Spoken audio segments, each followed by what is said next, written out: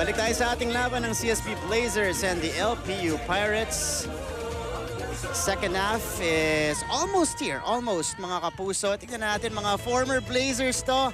Looking for a closer. Look, ito na. Yan. Dumating na. May playing years pa yata, Jonathan Gray. Still nursing an injury. Get well soon, Tan. Really one of the best players in the NCAA during his time. And one of the best coaches now in the 3x3. There Coach you Anton go. Altamirano. Blazer Boy. At Blazer Boy on Pangalan pa lang. Twitter. He also served CSB for some time as part of the coaching staff. Right. Siyempre, the son of the great player and coach, Eric Altamirano as well. Thank you so much for joining us here, Anton and Jonathan Gray. And you mentioned Coach Hammer. Kung may Jonathan Gray nung game against Letran, iba sana yung naging resulta. Pwede, pero depende. Depende pa rin talaga breaks of the game eh. But you know, I love seeing alumni players being able to watch games again. And hopefully, for all college leagues na makanood na ulit yung student bodies and then the alumni because it's the lifeblood of the NCAA and college sports in itself. Dahil pag nandoon yung fans, iba yung energy. Pero pagka ganito, alam mo kung sino yung gusto, sino yung gustong-gusto. Iba yung atmosphere, yung intensity, nang wala yung cheers ng crowds, at syempre yung tambol ng mga cheering squad natin. Yun yung nakakapanibago this year. But that's something, you know, these teams are adjusting to. And so far, napakalapit nila sa isa't isang bench. Naririnig nila yung mga reaction. So, that's what, you know, what's keeping them fired up the entire game. Tsaka yun talaga yung basketball eh. Yeah. Yung nuisance nung game, the sounds, the sight, and this is how they practice. Definitely. Yeah. Ako, I can only speak through experience. There was a time that closed door yung practices namin so that we could just be focused, and especially during yung ganitong climate, summertime, tapos closed door na kayo-kayo lang, na sobrang intense pa ng practice, build up to the season. And you heard the buzzer. We are gearing up for an intense second half. Third quarter is almost here. 37-36 is our count. Blazers again are ahead in this game against the LPU Pirates. Good to have you with us here, mga kapuso. Live na live tayo on GTV. Salamat po sa mga nanonood din sa atin online. Nandyan tayo sa gmanetwork.com. YouTube.com, I believe it's on, if I'm not mistaken, GMA Sports. At nagpi-premiere din tayo dyan sa NCAA Philippines on Facebook as well. And on GMA Pinoy TV for our Kapusos abroad. Guys, we're joined by Martin Javier alongside Martin Antonio, our two courtside reporters, Christian Sebastian and Pailis Akot, also joining us here. Second half underway officially. And LPU will have the first crack at the basket to begin the third. An interesting ploy here by Coach Charles Chu. Will Gozo not starting and getting limited minutes in the second quarter. Right. So this is going to be a different lineup for CSB with Davis and Benson. And here's Navarro, too strong. Maliit ang lineup na dineploy dito ni Coach Charles. Naive on the catch and he gets the bucket. Saktong-sakto yung pektus ni Robin Naive. And a great lead pass for him. Being able to catch it and finish it in stride. A stronger but a quicker lineup for CSB so far. Executing effectively here on both ends. Travel ang naitawag dito kay Navarro. A great help side. Again, nakikita mo yung fundamentals. Ako, I'm big on that help side defense as we see this. Good lead pass. Saktong-sakto for Robin Naive. Great connection coming from Culyar and Robin Naive. So Culyar now. Double high. Pick and pop for Benson to after the handoff. Here's the handoff. Oh, good read, Coach Hammer. Benson from straight away. He knocks it down. Watching film. Gotta watch film. AJ Benson, good look. Knocks it down. He got the same look. Actually, a couple of looks like that in the game against Letran. 8:49 to go. CSB with a 6-point lead. A better start for them again. Ginto Mintes off the glass. Here's Valdez on the hustle. Wala pa rin. And Davis, or Marcos rather, As he was trying to get the rebound, finaul siya mula sa likod nito ni Valdez. And if you look at the girth, yung lapad ng mga big guys nito, front court ng CSB, Makoy Marcos, malaking bata din to eh. Big boy eh. Kaya nakikita mo, traffic din talaga inside the shaded area. AJ Benson is around 6'3", 6'4" na mahaba. And Davis, the big boy. So if they're parked inside the shaded area, and that's the strength of the game ni Enoch Valdez, talagang duduguin muna bago makakuha ng puntos. Sumisikip na nga yung Mega depensa screen. dito ng CSB. Yeah. This is gonna be a turnover. Tinawag dito kay Tane Davis. And he was saying that his shorts was being pulled by the defender. A little gamesmanship. Dahil ang makikita ng referees, yung kamay na sumusunod sa bantay, hindi yung kamay na nakakapit sa shorts. And something that they need to get used to as well. Guadagna to Quinto underneath. Great setup job coming from Guadagna. Giving up an open shot for an even better shot dahil nakatingin na lahat ng tao for the rebound. Napunta pa kay Ginto sa loob. Benson. The IQ of this kid. Yeah. I love the IQ. Starting to reveal his true game. And this is going to be a foul on Enzo Navarro. 38-42. Talaan natin dito sa ating third quarter. So far, great action from both teams. So for this baseline, Benson, nilabas kay Marcos. Marcos fakes, moving closer. Marcos with the lead. ganda ng finish. Kontra-tiyempong atake, pump fake, hindi nga masyadong madiin yung first step eh. So nag-alangan din yung help side defender. That's a gutsy move coming from Makoy Marcos. Oh, what a pass! Navarro going to the wide open Guadagna. That's an automatic play pagdating dito sa koponan ni Coach Gilbert Malabanan. Strong side attacking, weak side backdoor. They had a lot of opportunities against San Beda and dito rin sa ating laro. Enoch Valdez called for the offensive foul. Pinompa niya yun kay Cuellar. Klarong-klaro. Binabaan ng balikat. Yan. Sa larong kalye, sinuyot sa ilalim ng Enoch Valdez. Medyo nanggigigil na itong si Enoch Valdez. But as the reps get in, he would be able to develop that catch and try to ever so slightly iwasan yung bantay. Kasi pag bata, alam mo, pag nakakita ng bantay, kahit ako, alam, gustong-gusto ko to eh. Pag may tumatakbo, babanggain mo eh. And pag may referee, charging talaga. Ayan. Yan nga yung tinawag doon. Cuellar, though, forcing the shot on the other end. Here's Enzo. Remulla is open. That's all day to shoot for Yancy Remulla. Basic dribble drive concept, attacking on one side, blur screen by a shooting big guy, pop, guy on the defense is at the bottom, free three yun. Umahabol ngayon ng LPU. Speaking of LPU, puntahan natin si Christian. Christian? Ipinapatupad nga ang social distancing pero tila dikit ng dikit ang laban ngayong araw. Nakikita naman natin na nagkakasundo ang Pirates at ang game plan nila dahil sabi ng team captain ay lilimitahan daw nila si Will Gozum at babantayan ang fast break points dahil strength daw ito ng CSB Blazers. Martin and Coach Hammer. Maraming salamat, Christian. Gusto ko yung social distancing metaphor, Nung nagsimula yung pandemic, lagi ko sinasabi yan. Pabayaan nyo mag-social distancing. Wala ma-shooting yan. Yung mga buckets. But now, you can't do that. Yep. Real action is here. And so far, dun sa assignment number 1, napigilan si Will Gozum.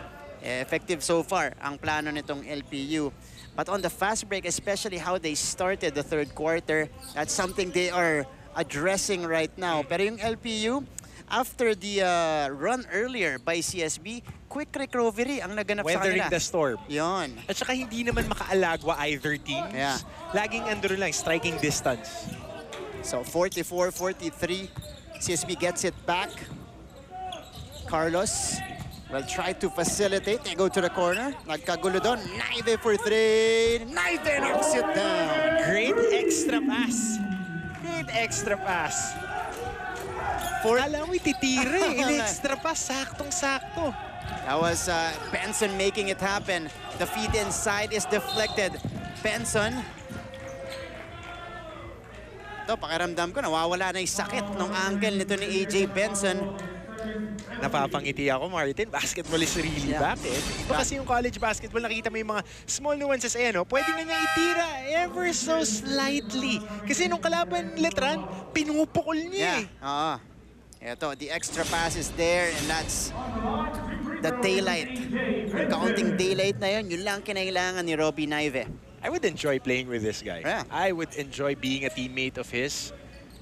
Very passionate, dives for loose balls. And alam mo na, he would rather elevate his teammate than put himself first. Kasi he could easily tell Coach Charles to put me in, Coach, I could play.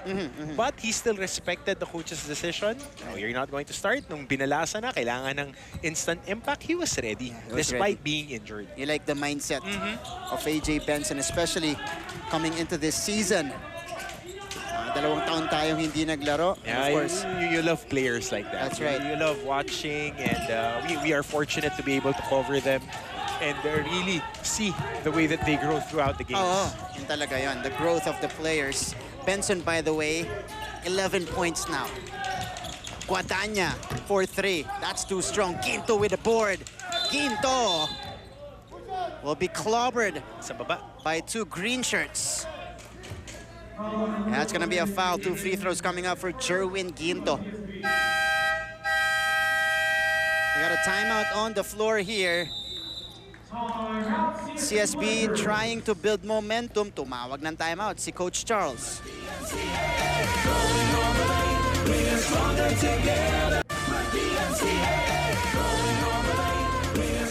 Balik sa ating laban, 49-43. Abante ngayon ang CSB Blazers. Dahil abante sila, tignan natin kung ano yung update sa atin ni Baileys Akot. Baileys! Yes, Martin, just an inside look on the College of St. Benilde Blazers. Na-mention sa kanila Will Gozum at nila JC Collier na meron silang war room, tawag nilang war room sa kanilang dorm kung saan sila nakabubble. Wherein dito sila nanonood ng movies, they order food, dito sila nagbobond, wherein they talk about their favorite books, most especially on mental perspective of the players. Ang movies na kanilang pinapanood are the likes of 42, Rudy, and this is how they bond as a team and improve their chemistry. Back to you, Martin. Thank you so much, Baileys. And you need that, especially if you are in a bubble. Again, you're not just battling those physical challenges, also mental challenges. So kailangan talaga yung mga war room na yan para makapag-unwind kayo as a team. Tawag sa amin nun dati, Team Day. Yan. 42, Jackie Robinson, Rudy, Miracle, Remember the Titans, Gladiator, favorite ni Coach ko eh. Untouchables, rinse and repeat. Yearly may schedule. Rinse and repeat. Kailangan din may theme eh. May theme, tsaka medyo inspirational yung movies. Gusto yun ng mga teammate ko kasi free cut yan eh. Pagka Wednesday, wala kami pasok eh. Yun lang gagawin niya. Oo, yun lang yung gagawin eh. Free movie time. Pero ito, CSB Blazers up by 5 right now. 5:45 remaining in the third quarter. Benson, that one too strong. And it is Ato Barba now with the rock.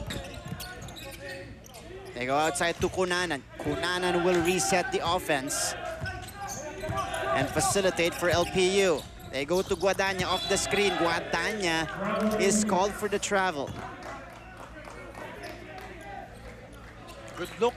Could have been an open shot on that 1-2 step, but he opted to attack the defender. Yun yung laro niya eh. Coming off screens, being parked on one spot, shooter talaga eh. But now he's trying to expand this game, getting a little bit more aggressive on attacking.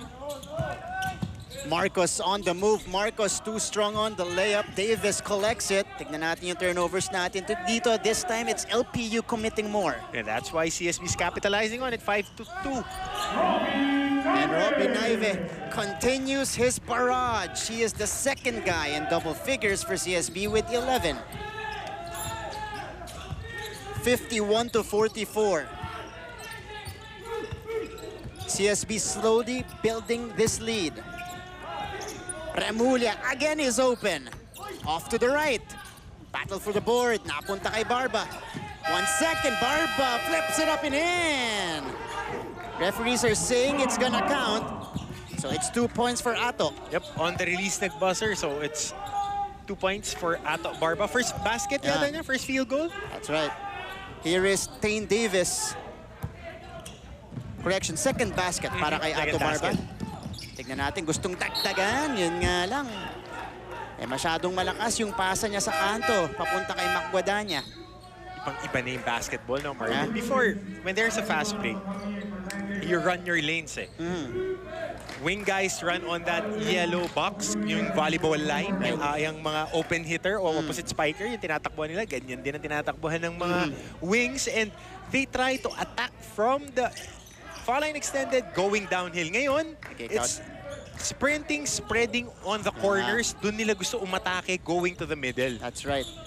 Because of, again, a lot of teams prioritizing that three-point shot, even on the break. Mintes yung tira ni Ladis Lepalam. And there's Kunanan. Kunanan! Offensive foul ang itinawag dito on the illegal screen against Umali. Pangatlong personal foul ni Sean Umali. An interesting stat, Mac Guadagna, 5.6 boards, 4 assists. Wow. Across the board brilliance. Kaya lang 4 turnovers. Yun lang. But those are the same numbers that he produces when he was in high school. Carlo Lim, though, again, aggressively driving and able to draw contact. He will go to the free throw line for a couple of shots. Carlo Lim, high school sa Jubilee Christian Academy. Under Coach Jun Gusolinda, kanilang athletic trainer sa Jubilee. And a strong program. For before the pandemic, I think they won a championship in one of the leagues na sinalihan nila. And the women's team also malakas. Malakas din. With Jubilee Christian. And Carlo Lim, again, is a proud product of that program. Ayun, nandito siya sa NCAA. He was there in season 95 as well, pero pabugso-bugso yung gamit because they still had Gutang and the other players here in CSB. Yankee Haruna, that's right. and all those guys. May Lucho pa nun. God rest his soul, Clement Lucho, Clement of Lucho. course. A dear member of the NCAA family. That's right. Loose ball here as Lim misses the second free throw. So an empty trip para kay Carlo Lim will give LPU the opportunity to inch closer. Navarro, they go to Abadesa, sinalubong ni Lepalam. Hindi maliit yung Abadesa. Around 6'5", 6'6" din tong batan to. But Robbie Naive, look at that.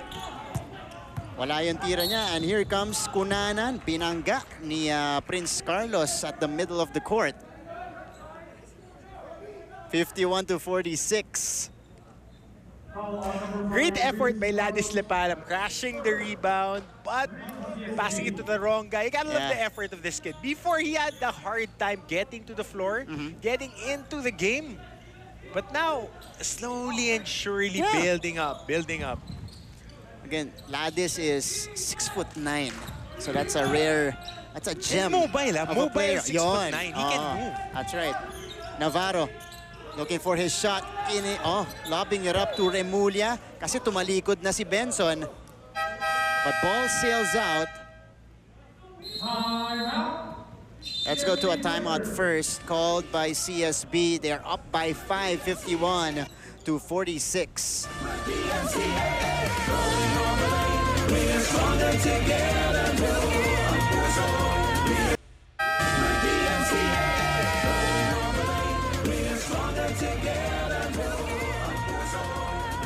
Back to the coverage. Correction, ang tumawag pala ng timeout na yon ay si Coach Gilbert Malabanan of the LPU Pirates. They are down right now by 5 points in the third quarter. On your screens right now, si Coach Gilbert. Produkto rin yan ng NCAA. UPHR pa sila dati. UPHR. Team na yun. Pakiramdam ko kanina nung game natin, nanonood din siya. Sila medyo nagsusupport ng konti. May kurot sa puso. Oo, may ganon. Alma mater pa rin. Si Coach Bay Cristobal ang head coach nila.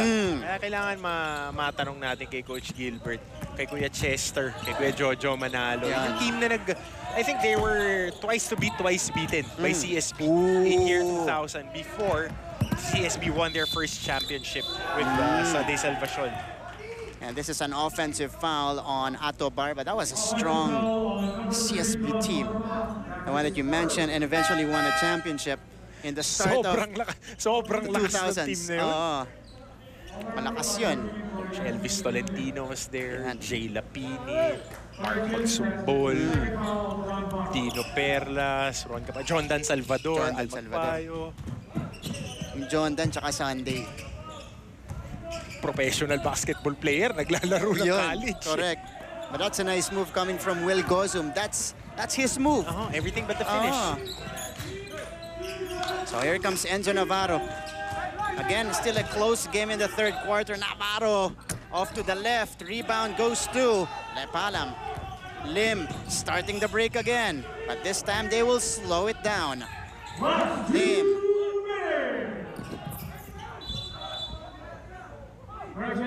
Of the third quarter. Of the third quarter. Of the third quarter. Hindi pa naman po Of the third quarter. Hindi pa last 2 minutes ang laban. Third quarter pa lang po tayo. Yung si Ato Barba crashing there. Sobrang intense ng laro natin. Tikdikan. Parang last 2 minutes yung energy Correct. ng mga players. May sense of urgency. Meron. Lahat ng tao dito. Yan. 46-51 still. Panay ang physicality natin dito sa ating laban. Larupay is in the game. Defending Gozum. And Will falls down. And that's gonna be a foul on LPU.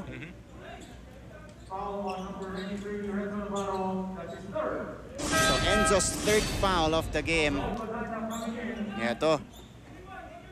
Yung palakang neto ni Enzo Navarro. Yung hilaw na tulong sa depensa. Kasi kung tutulong ka, biglagay mo na yung buong katawan mo doon to take the contact. Hindi pwede yung bewang lang. Dahil pag diskumpiyado yung katawan mo, tatawagan ka talaga ng foul. And Will Gozum, we mentioned this at halftime. Laki rin kasi ni Will Gozum. Masakit din yan pag tumama eh. Yung disparity din nila ni Enzo Navarro. 1 out of 3 in the first half. Kaya ma-amaze kayo nung panahon nila Coach Topex. Ano yan eh, drill talaga yan ni Coach Bay tsaka ni Coach Turo. Yung help side ng guard, sasalo ng big man na rumurol. Sakit nun eh. Sakit nun. Yung pagka-hard roll pa, natatanggapin mo, tapos kukuha ka ng charge. Maliit ka na. Hindi pa ikaw yung umaatake, ikaw yung receiving end. Larupay sent back by Gozum. Good help on the breakdown by Will Gozun.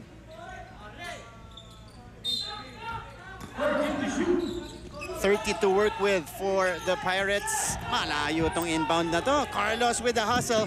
Prince saving it to the wrong man. And Cunanan is able to recover. Guadaña is unable to handle the pass. Nagmadali.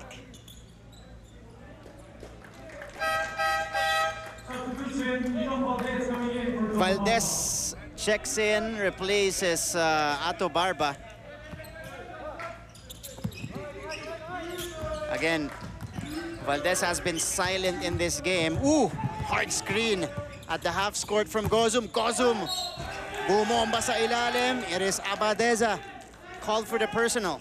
Good, hard pick. Direk, gusto ko pa makita ulit yun dahil magandang makita ng mga bata na nanonood that you can help your team by doing the little things. Right there, Gozun was rewarded with the pass after setting a high screen on the half court to free up the ball handler.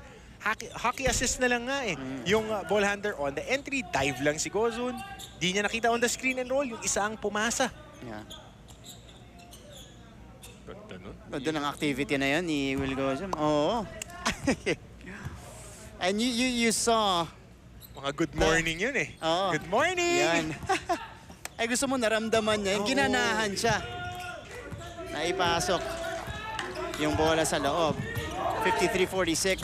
0 out of 2 from the free throw line though from Will. LPU again, may chance ulit. Lumapit dito. It is Mac Guadaña scoring on the drive. Good layup by Mac Guadaña. CSB was asking for a technical dun sa paghang ni Larupay sa ring. A collision here between Flores and Cunanan. Sumabit yung paa on the challenge. But right here, on that finish, off-foot layup ni Guadaña, they were asking for a technical here. But rule, if you would be landing on someone and your safety will be in peril, pinababayaan niya ng mga officials. So you can hang a little bit on the rim. So we saw there, it was Gozum who was under Larupay. And Chris Flores on your screens right now. A big coming out of Chiang Kai-shek. Storied program. Mancom representative of the Lyceum of the Philippines University, the legend. The Godfather. Sir Hercules Coach Calianta. Herc Calianta. Oh, kaya akong buhatin yan ni Sir Herc eh. Prof ko ba yan sa postgrad? Favorite ako niyan eh. What? Ba yan si Sir Herc? Ooh. Tsaka alam mo nung course niyan dati sa UP? Stats. Oh. Wow. Oh, and then they were the first powerlifting squad. Galing mag-badminton ni Coach Herc. Masakit sa ulo yung stats scores na yun. Oo. Saka, UP stats. alam mo to si Coach Herc, pagka nagkukwentuhan kami, laging biro ko sa kanya, Coach, nakailang steps ka na? Kasi may step counter siya sa watch niya even before it was in vogue. Tapos pagkakulang, nag-workout yan pagkagabi. Fit na fit pa rin. Oo. Yan, si Sir Herc. Life goals, life goals, life goals. Exactly. In the meantime, 54-48. Flores able to convert on a free throw earlier. A dribbling violation on that fake handoff. So, kunana nang natawagan dito. Ito si Father Vic Calvo. Father Vic. Of Letran. Mancom rep ng Letran po natin. Last year's Mancom tanungin mo na chair. ilang push-ups na at burpees today. Iba, yan din. Oh, fit na fit. Yung huli, 400 yung nakikita ko eh. Tapos tinatag pa yung mga alumni players nila eh. Para ma-motivate. Oo eh.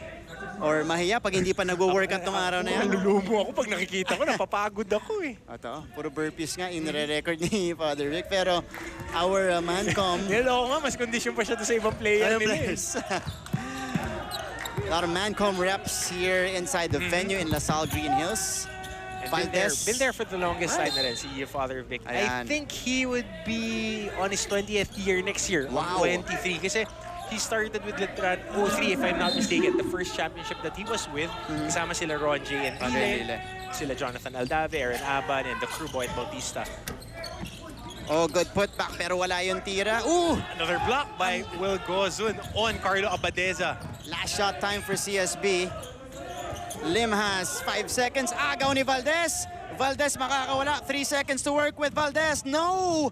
But the putback right there. Umabot yan para kay Larupay. So they're going to review this, but not bad for LPU because they had a buzzer beater in the first quarter. Second quarter, they had a clean shot, but was not able to make it. But here, Larupay not giving up on the play. Not stopping till the fight is done.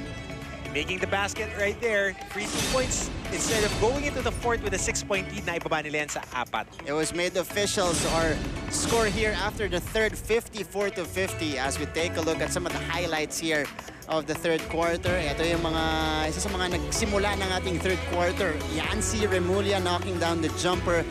And then the unselfishness of AJ Benson went to Robbie Naive. Nakarami din yung Naive. Tsaka Benson in the third quarter, 11 points apiece for them. And they will have the lead. Carry it to the fourth quarter, 54-50. Ito po sa ating laban. Magbabalik ang NCAA Season 97 on GTV. The NCAA going on